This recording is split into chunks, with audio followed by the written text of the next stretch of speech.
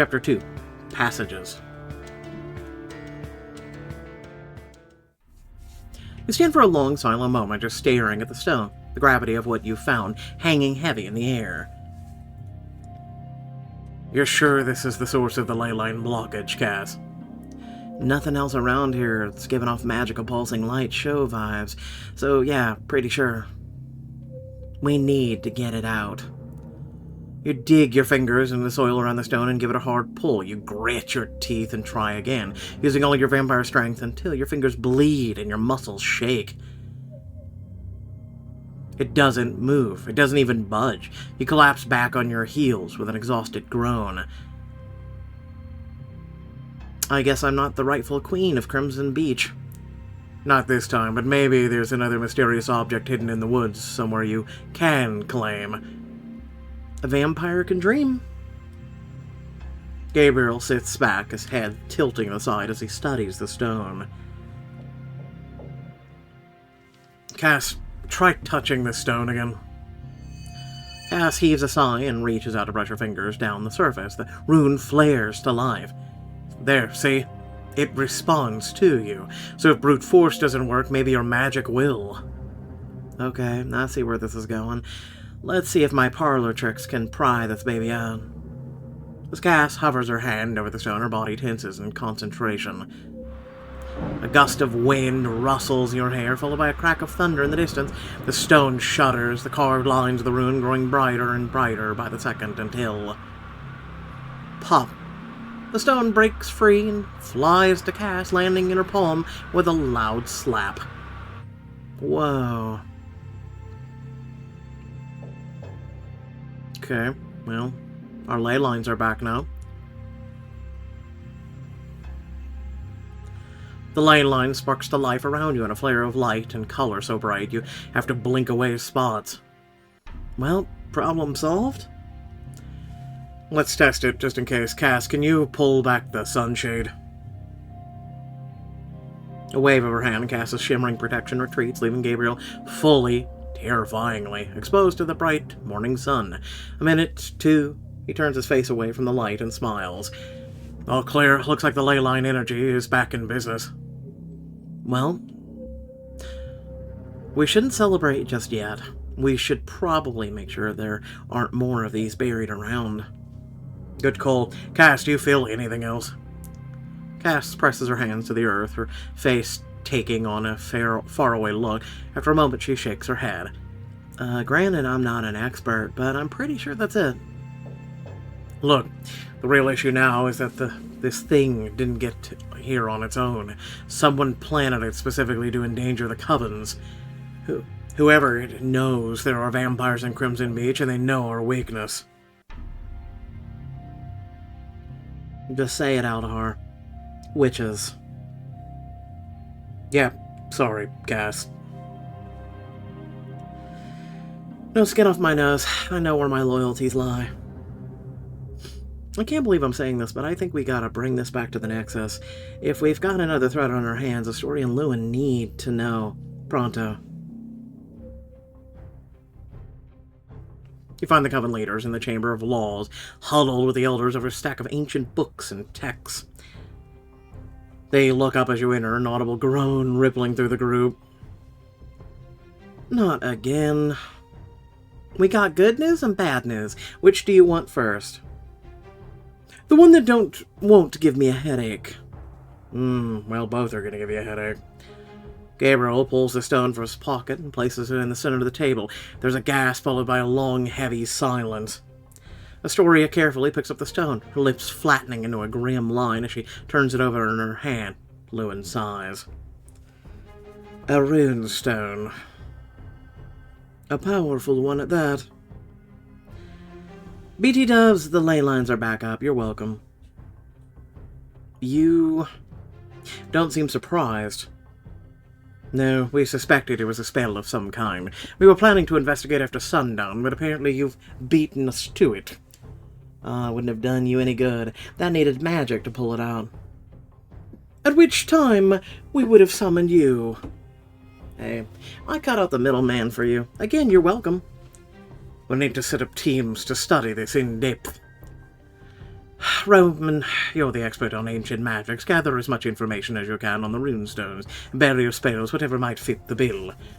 I've already pulled most of the cult's collection, but I think a treatise on the mystical arts should have everything we need. As the coven leaders gather around the large leather-bound tome, Gabriel's eyes light up with interest. He inches closer to listen. Cass crosses her arms with a humph. Well, Gabriel's a happy boy, but you don't want to listen in, Cass? To the egghead discussion power path. 10 more minutes of this and I'll lapse into a coma. I'm itching to get back out there, literally. I'm interested in what they have to say, though. You should be, too. The stone responded to your touch, so whatever they discover about the runes could be important to you. She's right. Elder Roman's an outstanding scholar. You could learn a thing or two from him. Pick a scholar to know a scholar. Me? No, not even close. I know a lot about vampire history and languages, but nothing about magic. I do have limits, you know. You smile and thread your fingers in his. Not that I can see. Oh, please, let the vampire think tank figure that thing out.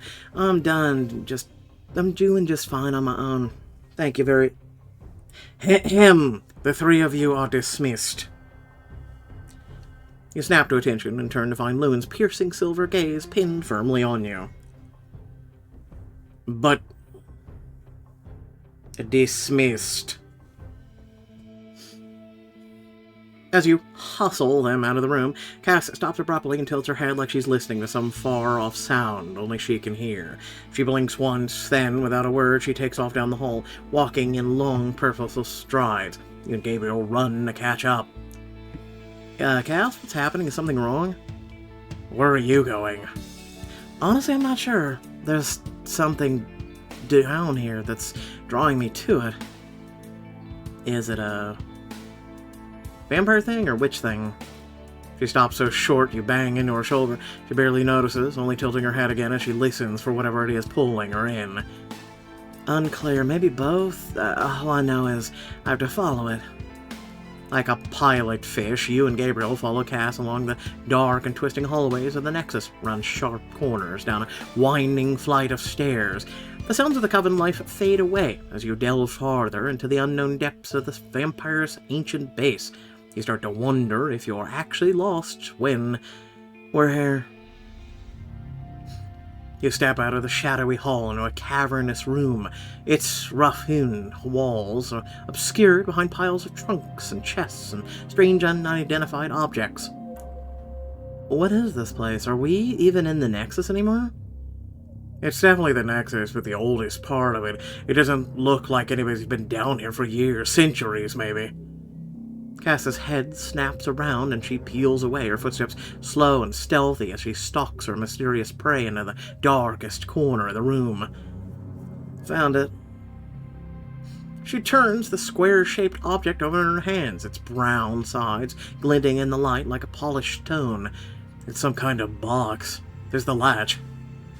Cass pries it with her fingernail and the lid snaps open, revealing a stone interior sectioned into several oddly shaped slots. Gabriel runs a finger around one of the sections. Just me, or does this one look like it's the exact shape and size of our runestone? You study the box, but can hardly believe your eyes as the runestone you found at the Red Beach materializes within the slot, fitting perfectly in place. Guys? So 7 more to go. You unlock the magic Block Power Burst. How did I unlock it? Shouldn't this be Cass's? It's her thing.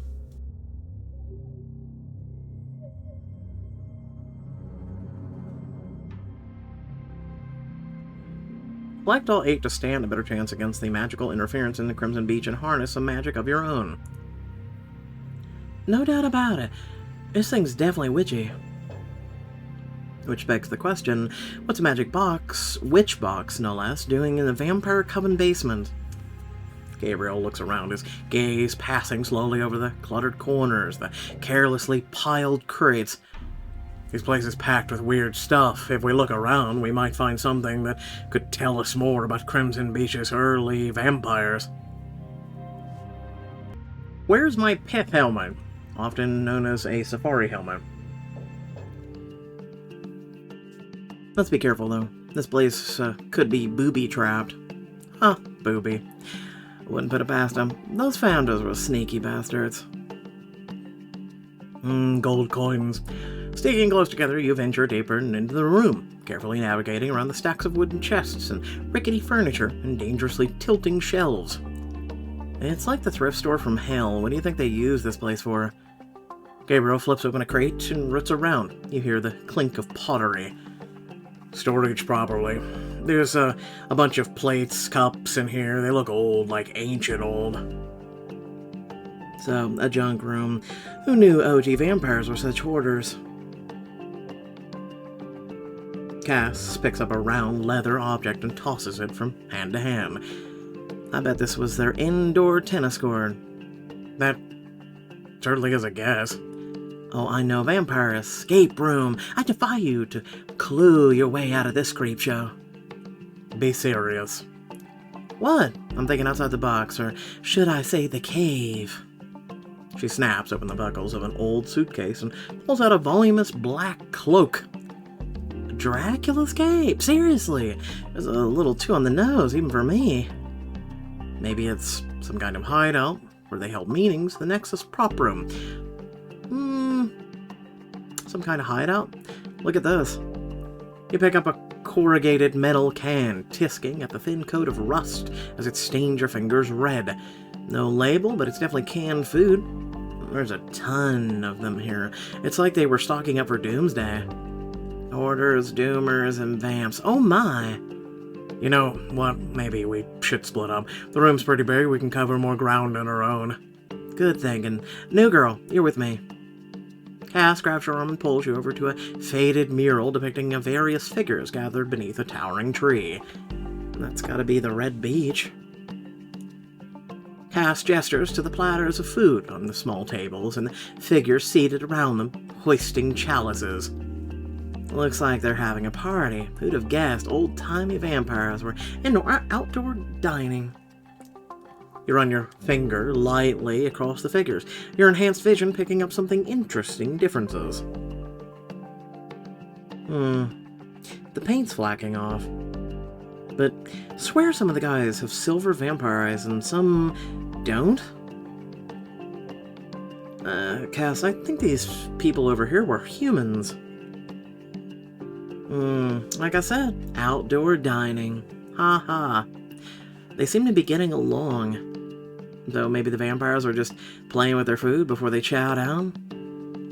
Why would humans put themselves in danger like that? Well, humans have never been the brightest species on the evolutionary chart. She crosses her arms and steps back, head at a tilt as she takes in the entire scene. Or maybe it's just bad art. Parker, look at this. You find Gabriel hunched over a book in the four corners, squinting as he runs his fingers down a crumbling page. What is that? A ledger. The ink's faded, so it's kind of hard to read. Even with vamp vision? Yeah, but here, this is weird. It's a list of paired off names. Harry Mitchell, Aidan Cummings, Christina Whitman, Dante Rossi. Any of them ring a bell? Yeah, well, there's Penelope Mitchell, who runs the bakery, the old Whitman farm outside of town. No one lives there anymore, but I think it's safe to say that it was owned by someone named Whitman. I wonder if those were the names of humans the vampires fed on, which, now that I think about it, is kind of grim. I don't think that's it. There's a Mitchell descendant in town as we go down the town registry. I'm willing to bet there are descendants of all these people still in the area. And if they have descendants, there's less of a chance that a vampire fed on them. Yeah, but not like literally feed to kill, just feed to, survive. That's a pretty big assumption. Well, maybe, but it's better than thinking the ancients made lists of their victims like some creepy vampire lunch order. You glance over Gabriel's shoulder, suddenly noticing a group of large earthen jugs lined up against the wall. Gabriel, do you think those could be casks of... Guys, over here, I found something. You follow the sound of her voice and find her staring into the mouth of a dark, ominous tunnel. Just when you thought it couldn't get any creepier, I'm going in. You catch her hand to hold her back. Cass, we get it, you're brave. It's not about bravery, new girl. It's about curiosity, the spirit of adventure. Look where that spirit got us last time. The past doesn't dictate the future, and it's not like there's going to be some feral band of witches waiting for us on the other side. You sure about that? 100% sure. Okay, well maybe 99%, but that's not the point. Besides, intuition's telling me there's something good on the other side of that black hole, and my intuitions never steered me wrong. I may not trust your judgment, but your intuition's at least gotten us this far, so I'm in. You peer into the impenetrable dark of the tunnel and square your shoulders. Me too, time to fall down this rabbit hole. The darkness is all-encompassing, your enhanced vision barely making a dent in the gloom. Something cold and wet splatters your forehead, and you jump. Parker, you doing okay? I'm fine. But you're not, really. The cold is steadily seeping into your bones, and though you know the creaks you hear are just the harmless shifting of the earth and stone, you can't help but shiver. Walk bravely forward. I can't be always leaning on them, and I'm a vampire now. I have to stand on my own. You sure you're fine? Yep, totally fine. I'm totally fine. Your toe bashes against something hard and solid on the path before you. Ow, what the hell? And you look up, starting to realize you're standing at the foot of a steep stone stairwell. Congrats, new girl. I think you just found the way out. In single file, you ascend the stairs, your footsteps muffled by the slick coat of moss on the treads. At the top, you find a stone button inset in the wall. Maybe we shouldn't. But Cass is already pressing her palm to the button. What? That's what it's there for, right? A sharp crack echoes around you, followed by grating rumble of stone on stone. The wall slides away, replaced by blinding shifts of sunlight, spearing through an open door.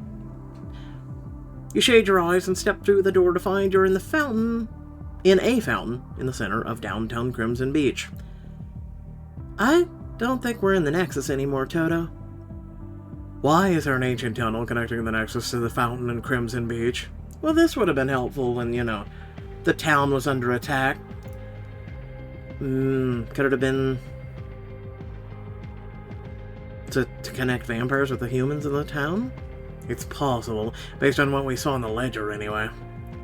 Ledger? We found a book back in the cave with a list of names. Gabriel recognized them as ancestors of some of the humans in town.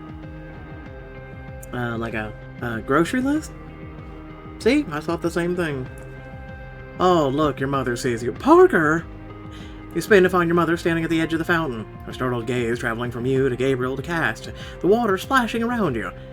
Oh, hey, Mom. We're just, She laughs and shakes her head, putting out her hand to help you from the water. No need to explain. I've learned it's better not to ask too many questions. You step out of the fountain and wring out your dripping clothes. She cups your face in her hand. Parker, I'm glad you're safe. I was worried. Didn't you get my text that I was staying overnight at the Nexus? I saw it, but I assumed you'd be home this morning. Did something happen? In more ways than one. It was the ley lines. They went down last night, and we had to shelter in the Nexus. But the good news is, you're truly used hers magic and got them back up. Magic? Since when is there magic in... She waves her hands in front of her face. Forget it. I don't want to know. I'm just glad you trust me enough to tell me. What are you doing here? Anyway, shouldn't you be at work? I took an early break, so I could shop for dinner. 6:30. Mom, I'm sorry. I forgot about dinner and made plans tonight. I guess it's coven business. Sorta. I'd love a rain check for tomorrow, though. Her smile returns and she pulls you into a quick hug. It's a date. Just you, me, large homemade pizza. That sounds nice. Despite your mother's happy smile, you can't quite escape the sting of guilt worming its way through your heart. We're so much closer now that she knows and accepts I'm a vampire, but I can't help feeling we're somehow still drifting apart. Your mom checks her watch and startles. Damn, it's late. I better get to the store before my break's over. She pulls you into another hug, but just as she's turning to cross the street, she trips on the curb.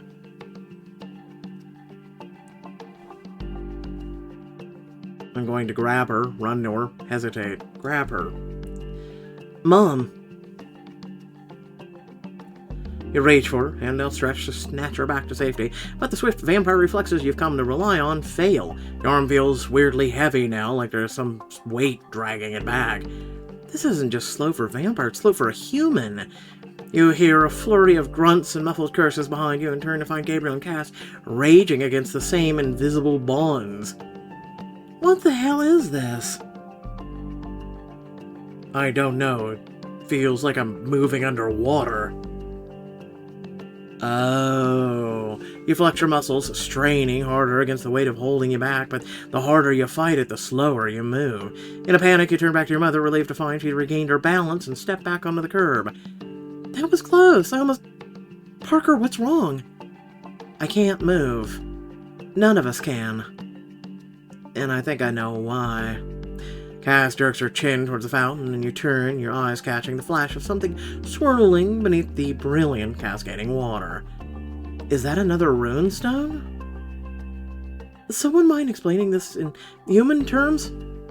A rune stone, Dr. Reese. Witch magic, and I'm pretty sure it's slowing us down. Can you magic it out, Cass, like you did at the Red Beach? Cass raises her hand, fingers splayed to catch the stone. Her muscles tense, shake, and then she drops her arm with a weary sigh. Nothing. It's like it's slowing my magic down, too. Parker, maybe your mom can get it. Doesn't seem to be affecting her. Let's do it. Why would that be in the fountain, though? Mom, you up for it? I'm up for anything if it keeps you safe. She kneels at the edge of the fountain, squinting as she tracks the quick, jerky movements of the stone. It's too fast. I can't follow it. I can. If we work together, I think we can manage. When I say go, grab it, okay?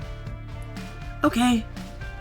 She puts her hand in the water, fingers splayed as she leans forward to wait. Small smile spreads across her lips as you spot an opportunity. A little prank wouldn't hurt. Maybe it would be on the lighter mood lightener we need right now. I'm gonna tease her a little. Drag the stone as it skitters through the water. A moment, another. It takes a quick, juddering lurch towards her grasping fingers, but with a mischievous grin, you wait a second too long, and now she grabs for it, missing by an inch. Stumbling forward with a splash, you pull her back, both of you laughing as she shakes out her dripping hair. Parker! Sorry, couldn't help myself. Stone cold, new girl. It was a good joke, so I forgive you. But you're paying to dry clean the shirt. Fair enough. Let's do this for real now. Q redders herself again as you track the stone, swerving and skittering, and now. She makes a quick grab, her fingers wrapping around the stone and yanking it out of the water. You got it. Nice teamwork. You throw your arms around your mom, and you can almost feel the bond between you strengthen as she laughs and brushes back your hair. Parker and I have always made a great team. Hang on, let me grab our magic rock briefcase. Cass whips out the box from the coven. You drop the stone into the appropriate slot, and she snaps the lid closed.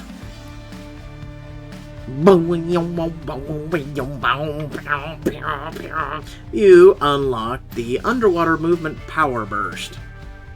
Okay.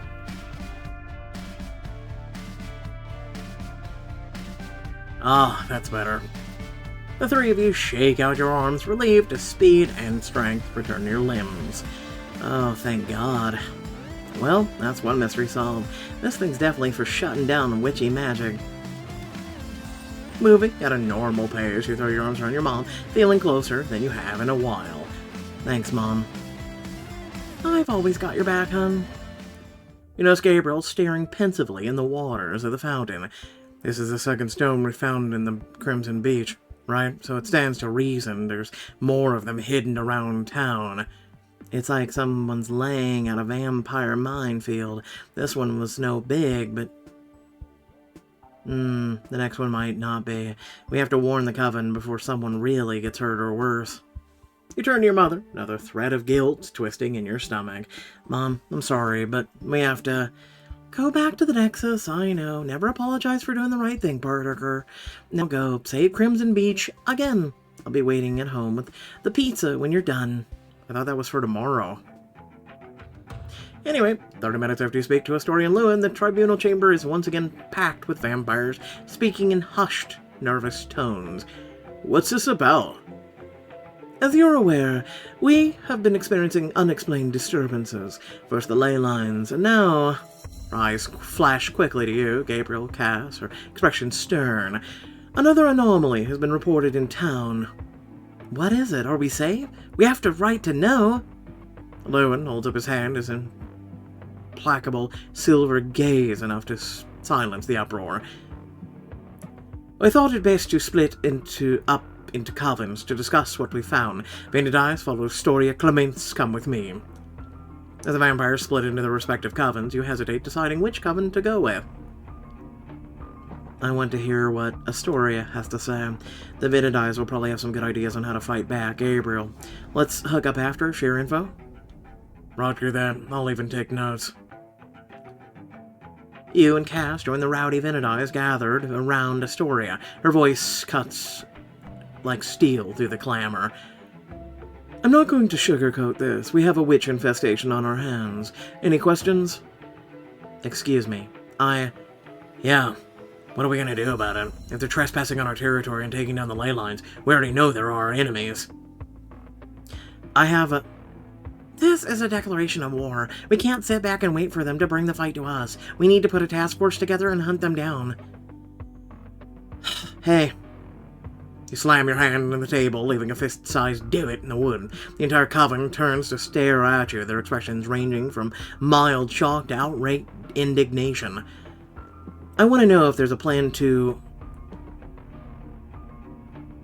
protecting them would be finding the rune stones and also stopping the witches, so... Find the witches. Of course. I already have our best Veneti hunting team tracking them down. Do you even know what you're looking for? Because guaranteed these witches aren't going to be walking around in big, pointy hats. I know what we're dealing with better than you do, Cass Harlow. Well, you won't share why or how, but okay. After more squabbling and one thrown punch, Astoria adjourns the meeting, and you search the crowd for Gabriel, spotting him waving to you from the doorway. Any news, Golden Boy? Well, just that there are witches in town, and the elders are sending out an exploratory team. Oh, and be careful, because we don't know anything yet. As usual, Lewin's big on calm, light on detail. The story was vague, too, in an angry, smug kind of way. Hate to say it, but we gotta tread carefully. Between Lewin's shadiness and Astoria's rage-outs, we'll have a war on our hands in no time. As you exit the chamber, your world suddenly tilts and spins on its axes. Your stomach lurches, your knees wobble, you flail your arms, desperate to find an anchor. Parker. Fast as a whip, Cass pulls you back as Gabriel wraps his arm securely around your waist. Gotcha. You're okay now, just lean on us. Kiss them both, hold on to them for support. I don't know what's going on, so... You still, for a moment, steadying yourself against them as you wait for the vertigo to pass. You take a deep breath and then push yourself upright. You sure you're okay? I'm fine. Cass crosses her arms, her expression dubious as Gabriel's concerned gaze rakes you from head to toe. I don't know, you're still a little unsteady. You're not hurt, are you? The only thing hurting right now is my pride. What happened? One minute you're fine, and the next you're rocking like a bowling pin. I just got really dizzy all of a sudden. Do you think the witches put a spell on me or something? In here, not a chance. Those jerks may be powerful, but not powerful enough to get to us inside the Nexus. Parker, how long since you fed? A while. Everything's been so hectic, I guess I just forgot. Well, there's your problem. Hunger plus stress equals crazy, stupid bloodlust. You need to feed, new girl. You grab their hands and pull them towards the stairs leading down to the Nexus's blood bank. Instead, Gabriel tugs you back. I think we can do better than the blood storage room. Better. You have special secret stash I don't know about? Kinda. The place I'm thinking of has a much better selection of blood than we've got here, and it's much more exciting than the storage room. You know what's more exciting than the storage room? A hunt. You haven't had your first official hunt as a Venedi yet, new girl. Now's the perfect time to take off the training wheels, don't you think? Well, I mean, she is right. We haven't had our first official hunt, so I don't know if we can do both. We'll see. Room for one more, golden boy? Thanks, but I'm good. I'll see you back here later. Suit yourselves. Cass takes your hand, leading you out to the thickest part of the woods, her steps growing slower and stealthier the deeper you go. You nudge her arm. So why you and me, Cass? Isn't something we should do with a hunting party? Eventually. Building up the teamwork you need to join party takes time. For your first hunt, it's best to do it one-on-one with a mentor. The tone of her voice stops you in your tracks. She's thinking about Seth. Your heart twists with grief for Seth, for Cass, and you pull her around to face you. Cass, you're making Seth proud, you know that, right? You think? I know. She looks away, her expression growing tense as she fights back her emotions. It's just that I messed it up. Seth's first feeding, I was supposed to be his mentor, and I messed it up. It was an accident, Cass, and you took the blame for it. That was really brave of you. She looks away and shrugs, scuffing her foot against the ground. Least I could do, but I don't want to mess this up for you, new girl. I couldn't live with myself. You won't. You know what you're doing. I trust you. You sure? Because I can go get Val or Margot or someone. Margot. The only thing we'd end up hunting is each other. Cass huffs a laugh and shrugs. That in itself would be prime entertainment. Okay, enough with this. Time to eat. You're so hungry I can practically hear your stomach growl. She takes your hand and soon you're at the edge of the ley lines, but before she can pull you over, you tug her back.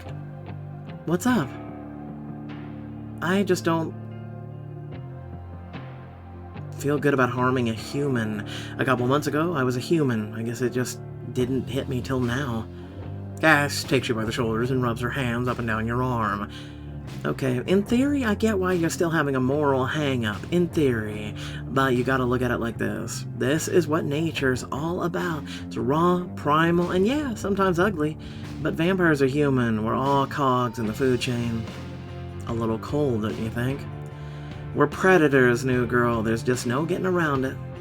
Your stomach rumbles loudly, an audible reminder of exactly why you're here. Sounds like your cue. Ready? Yeah. A last deep breath, and you follow Cass across the ley lines into a hunting grounds outside a Crimson Beach. You stalk quietly behind her, ears pricked for any telltale signs of prey. Suddenly Cass stops short, she points to right and whispers, "Human, 2 o'clock. Smell it?" You lean into the wind and breathe the forest. Grass, trees, deer, and then the scent of a human rolls across your tongue, making your throat burn with hunger. Silently, you pull back a screen of the branches to see a camper in a small leafy clearing, just setting up his tent. You're on, new girl. Your heart flutters, whether your nerves or anticipation. You're really not sure. I'm gonna knock him out instead of killing him. Not my style, but this is your hunt, so whatever works for you. Ignoring the nerves gnawing your stomach, you crouch, muscles flexing as you work out the tension. But just before you can spring, Cass taps your shoulder. Wait. She scopes the ground, then picks up a pointy-edged branch and puts it in your hand. What's this for? Use this. Leave it by his neck. Make it look like it was what caused the wound. Ah, sneaky. Yeah, that's my middle name. Well, you've got like 5 middle names now? And they all spell trouble. Now go. A last deep breath so steady to steady your nerves. Then you step quietly through the trees. Inches from the unsuspecting camper, you raise the branch and bash! You descend on the unconscious camper, sinking your fangs into his neck, drinking just as much as you need to regain your strength. After you make your way back to the Nexus, Cass's hand gripped firmly in yours, you swipe your hand through your hair and laugh. What? I just didn't think it would be so exhilarating. Oh, that's what I've been trying to tell you. This is so much better than the vending machine, right? Yeah, the whole thing, it's a total rush. I feel so alive. I think that's the blood talking. Well, I agree with what it's saying. You stop and turn to face Cass, swinging her hand playfully between you. What? Nothing. Just,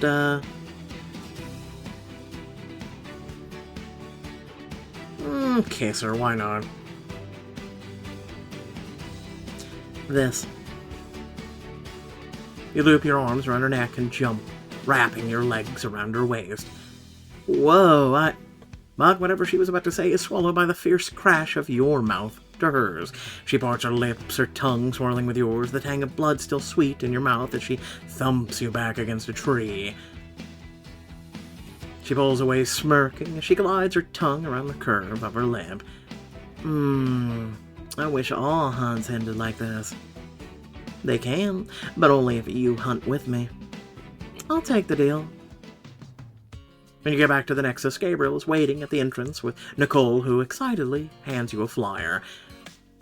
Deets for my going away party tonight. That's the address, and I don't want to hear any excuses, cause this may be the last time we're all in one place together. Because you can't look at it like that, Nicole. You're gonna make life better for vampires. This isn't just a goodbye party, it's a celebration. Exactly.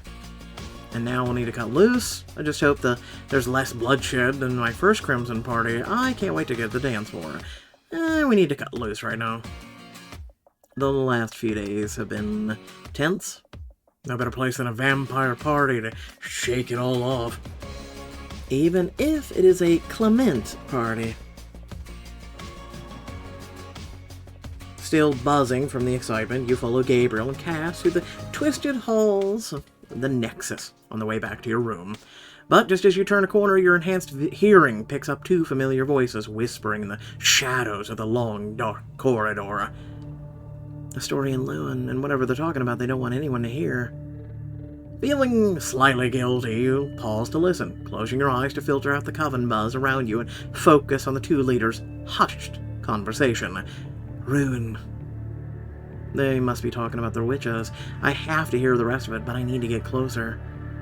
Approach slowly, quickly, look hard. Let's look hard. You narrow your eyes, your enhanced vision locating them in the shadows, huddled over something in Astoria's hand. You squint the dark hallway so complete your eyes strain to focus. Astoria opens her hand. That's the ruin, our ruin. You can't help it. You gasp and there's sudden silence, and then... What was that? Nothing, but keep your voice down. But as quickly and silently as you can, you slip out of the shadowed corridor back to the safety of the main hallway, where you collapse against a wall with a long, relieved sigh. That was close, but whatever's going on between them, I get the feeling they know more about what's going on in the Crimson Beach than they're telling us. That's nothing new. next chapter party, I guess. Without further ado, thank you all for watching. Please remember to like, share, and subscribe if you do enjoy the content that I provide to you, the voicing, etc. Aside from that, let me know your thoughts. Be greatly appreciated. I always look forward to hearing from you. So, aside from that, really nothing to say on my end. Hopefully you did listen to the end of the prior video in regards to the message and I guess rant, vent, whatever you want to call it, that I had to say. It is important. Aside from that, yeah, don't know what else to say, so I'll go ahead and catch you all in the next video. Peace out.